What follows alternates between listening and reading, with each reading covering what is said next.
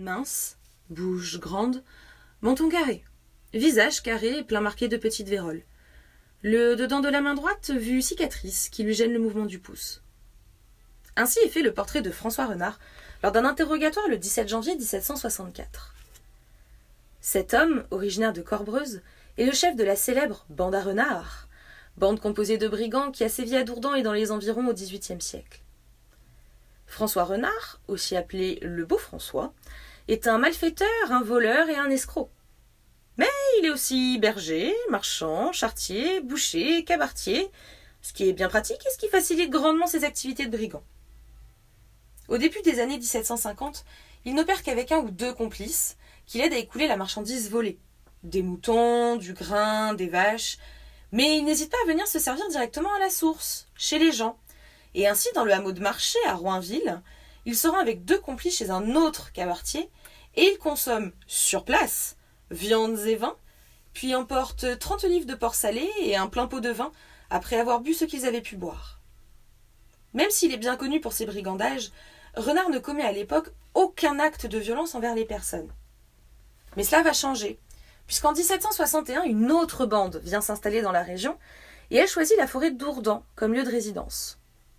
Cette bande, elle est composée d'hommes, de femmes et d'enfants, mendiants, mais aussi de déserteurs, de galériens et de bandits de grand chemin. Si Renard et ses complices n'agressent pas physiquement leurs victimes, cette bande de vagabonds, menée par Pierre Farnot, qui est dit Lapin, n'a pas autant de scrupules, et il n'hésite pas à rouer de coups, voire à assassiner ceux qui ont le malheur de croiser leur route. Le Beau François sympathise avec une partie des membres de la bande, et il s'associe même à eux pour crocheter les portes pour certains cambriolages.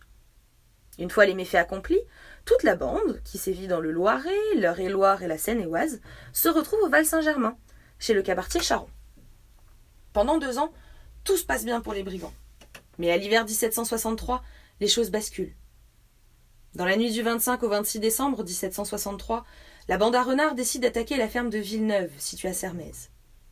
Au couvert de la nuit, Renard et 7 de ses camarades s'introduisent dans la ferme où Pierre Carnu, vigneron de son état, sa belle-mère, une jeune domestique et 2 voisins, qui sont également vignerons, se sont réunis pour fêter Noël. Alors que l'attaque n'est censée être qu'un cambriolage, elle tourne au massacre, puisque les 5 personnes présentes sont assassinées. L'enquête commence alors, et c'est le témoignage d'un voisin qui va mettre les enquêteurs sur la piste de la bande à Renard, puisqu'il affirme avoir vu le dit personnage faisant le guet devant la ferme, pipe à la main, le soir des meurtres.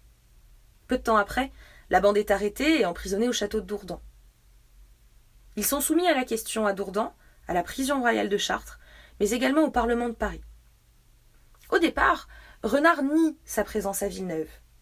Mais il est bien connu dans la région pour ses multiples vols et escroqueries, et c'est donc naturellement lui qui est désigné chef de la bande.